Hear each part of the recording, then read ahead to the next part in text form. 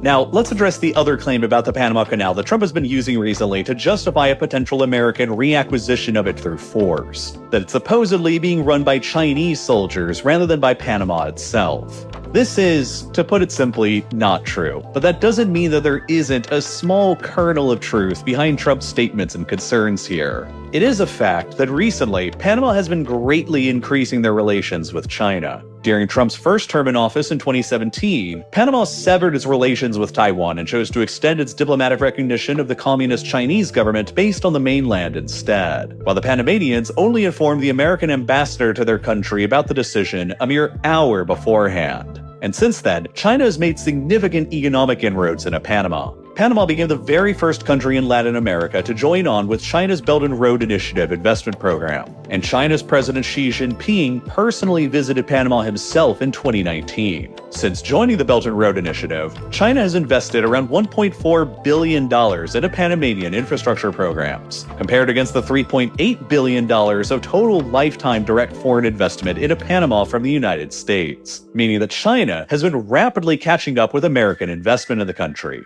China has also become the second largest user of the Panama Canal itself, though it still distantly trails the use of the United States. In the 1990s, as Panama was preparing to assume full control over the canal from the US, the Panamanian government held bidding processes to operate cargo terminals and ports along and near the canal. Several international companies won rights to these facilities during this process, but among them was a company called Hutchison Ports, a private company that is a subsidiary of the conglomerate CK Hutchison Holdings that's based in the semi-autonomous Chinese city of Hong Kong, who, in 1997, won the rights to manage two of the ports in Panama on behalf of the Panamanian government, one at Cristobal on the Atlantic side and another at Balboa on the Pacific side. At the time, the awarding of these ports to a Chinese company based in Hong Kong on opposite ends of the Panama Canal rose alarm bells in Washington. But after the US State Department at the time extensively researched the issue, they released a report in 1999 just before the handover that concluded, quote, "We have not uncovered any evidence to support a conclusion that the People's Republic of China will be in a position to control canal operation," end quote.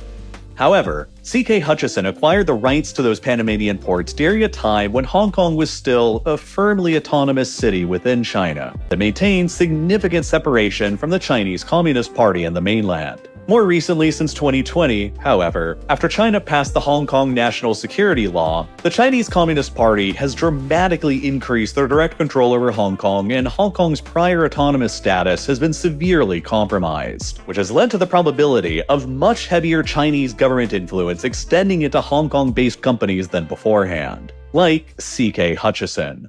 The US government was then further alarmed in 2021, when Panama renewed CK Hutchison's concessions to the ports for another 25 years, extending them into 2046. On their own, there's nothing that's necessarily nefarious about CK Hutchison's control of these ports. In addition to the two that they operate in Panama, they operate another 51 other ports all around the world, throughout Europe, Latin America, Africa, Asia, and Australia. But that hasn't silenced the national security alarm bells being ringed in America over their ports in Panama. The new American Secretary of State selected by the Trump administration, Marco Rubio, said during his recent confirmation hearing in the Senate, quote, "If these companies control both ends of that canal in a time of conflict and the Chinese tell them, shut it down and don't let the US go through there, we've got a big problem. A big economic problem and a big national security and defense problem," end quote. He also argued that China could use the ports to, quote, "turn the canal into a choke point in a moment of conflict, and that is a direct threat to the national security of the United States," end quote.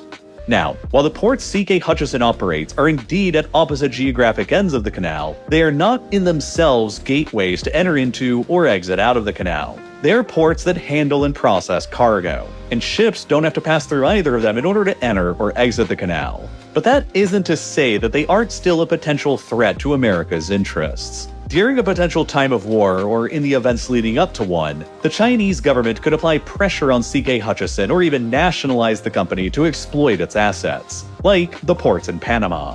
The People's Liberation Army could hide soldiers or saboteurs amongst the port's workers. And with China's increased grip over Hong Kong, the fear is that CK Hutchison is in no position to ever tell Beijing no. Already as it is, the ports on either end of the canal could report directly to Beijing the types and frequency of American warships and submarines transiting through the canal, potentially giving China an idea of which ocean America's warships and submarine fleets are in at a given time.